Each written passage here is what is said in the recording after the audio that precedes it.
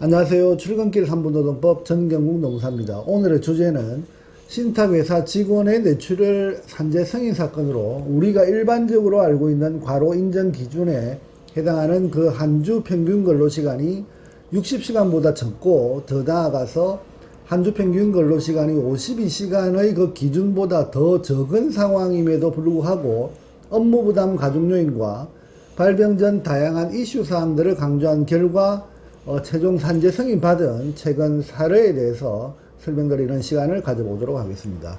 먼저 그 사건 개요를 간략히 설명드리면, 제자는 2015년 부동산 신탁회사에 경력직으로 입사한 후 부동산 개발 업무와 그리고 신탁 업무 등을 수행하면서 수년간 영업 실적에 대한 부담감을 안고 열심히 일하던 중 어느 날 자택에서 지침 중 새벽 4시 이상 증상이 나타나서 병원에 후송된 후 뇌출혈 진단을 받으신 그런 사건입니다. 이번 사건의 쟁점을 간략히 설명드려 보면, 그 첫 번째로는 재해자의 경우 외부 활동이 많으신 분으로 재해자의 정확한 동선을 확인해서 해당 동선이 모두 업무 관련성이 있다는 것을 정확히 입증해야 하는 그런 상황으로 근로시간 산출 방법에 대한 다양한 쟁점이 있는 그런 상황이었습니다. 두 번째로는 재해자의 시간 데이터를 분석한 결과 과로 인정 기준의 절대 시간인 한 주 평균 근로시간 60시간보다는 당연히 초과하지 않았고, 한 발 더 나아가서 한 주 평균 근로시간이 52시간에도 월등히 미달되는 것으로 확인되어서 산재 승인을 위한 최후 보루인 업무부담 가중 요인을 찾는 데 상당히 주안점을 두고 조사해야 했던 사건입니다. 그리고 세 번째는 회사 측의 협조가 사실상 아주 불가능한 상태였습니다. 이 외에도 다양한 쟁점들을 다수 가지고 있는 그런 사건이었지만, 시간 관계상 생략하고 크게 위 세 가지 쟁점을 어떻게 풀어나갔는지 그 상황을 간략히 설명드려 보도록 하겠습니다. 첫 번째, 근로시간 산출의 문제에 해당되는 쟁점을 어떻게 풀었는지 간략히 설명드리면, 재해자의 경우 주요 활동 방식이 사무실에서 회의를 하고 대부분의 시간은 외부 활동을 통해서 사람을 만나고, 만나는 과정에서 술자리를 갖고 또는 골프를 치고, 그리고 점심 식사를 하면서 회의를 하는 등 집에서 나서는 순간부터 퇴근 시간까지 사실상 모든 동선은 업무적 해법을 찾고 논의하고 그리고 고민하는 시간으로 이루어져 있다고 해도 과언이 아닌 그런 업무 내용이었습니다. 하지만 현실적으로 이런 방식의 업무 수행 내용을 어떻게든 근로복지공단 재조사 담당자 그리고 업무상 질병판정위원회 판정위원들이 공감할 수 있도록 자료를 구성하고 정리해야 하는데, 그 방법이 바로 저희 법인에서 진행한 산재 신청 준비 과정이었습니다.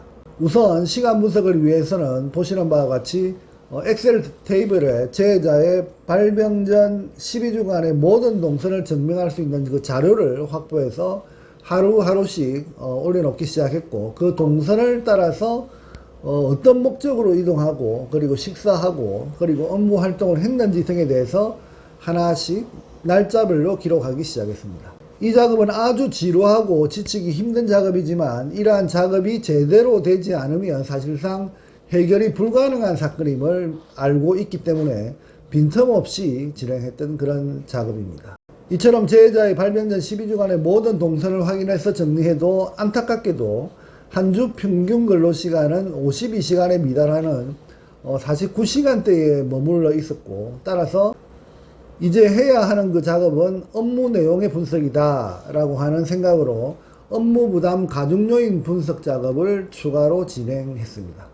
업무부담 가중요인의 분석은 근로시간이 산재로 인정받기 위한 기준에 미달되는 경우 더더욱 중요한 분석 작업으로, 최근 몇 년 사이에 과로사 산재 사건과 내심일관계 질환 산재 사건 분야에서 아주 중요하게 강조되는 분석 대상으로 논의되고 있는 파트입니다. 업무부담 가중요인에 대한 자세한 해설은 제 유튜브 채널에서 업무부담 가중요인을 검색하시면 동주제와 관련한 세부 영상물들을 확인할 수 있으니 참고하시면 많은 도움이 되실 것으로 생각됩니다. 이번 사건에서는 주로 강조했던 업무부담 가중요인의 그 유형으로는 재해자의 업무 특성 분석 과정에서 확인된 정신적 긴장 부분과 그리고 예측하기 어려운 업무 특성을 집중 공략했습니다.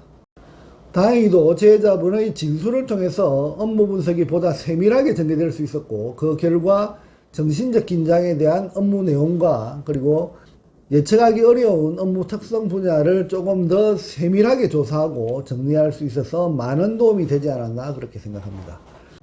특히 발병하기 얼마 전 제자에게 떨어진 징계 인사의 경우 제자의 과실의 문제보다 징계 수위가 제자에게 미치는 정신적 스트레스의 문제를 더 강조하면서 유리한 조건을 확보하는 그 수단으로 잘 활용할 수 있었던 것으로 생각됩니다. 세 번째로 회사 측 도움이 전혀 없는 상황은 어떻게 극복했는가 라고 하는 부분을 간략히 설명드리면, 이 부분은 산재 업무를 제가 한 24년 정도 수행하면서 워낙에 다양한 회사 측 관계자를 만나다 보니 회사에 도움이 있는 경우 그리고 없는 경우 그리고 중립적인 경우와 적극적인 방해의 경우 등 다양한 유형별 대응 방법이 거의 본능적으로 대응 가능하기 때문에 사실상 큰 문제는 아니었습니다.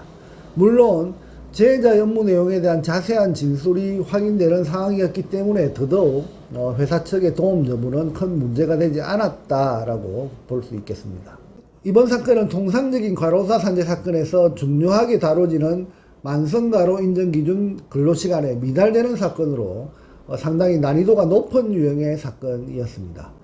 하지만 제자의 동선 확인을 위한 모든 자료를 총망라하고 해당 동선을 정확히 분석하고 그리고 업무 내용에 대해서도 제자의 진술에 따라서 세분화시켜서 분석하는 그 작업들이 있었기 때문에 산재를 승인받는 데 많은 도움이 되지 않았나 그렇게 생각을 합니다. 결국 근로시간은 산재 인정 기준에 다소 미달되지만 뇌출혈이 발생할 수밖에 없는 긴박한 상황이 발병 전 3개월 사이에 다양하게 전개되고 있었던 그 상황을 잘 묘사하고 어필한 것이 크게 작용한 것이지 않을까 그렇게 생각합니다. 이번 사건과 같은 과로와 스트레스를 입증해야 산재로 인정받는 질병성 재해 산재 사건의 경우 조사 과정에서 일부 불리한 상황이 발생해도 그 과정의 순간순간에서 좌절하지 마시고 그리고 포기하지 마시고 끝까지 사건을 밀고 나가면 결국은 원하는 결과를 얻을 수 있다는 것을 다시 한번 더 보여준 아주 의미 있는 사건이었다 이렇게 저는 생각합니다.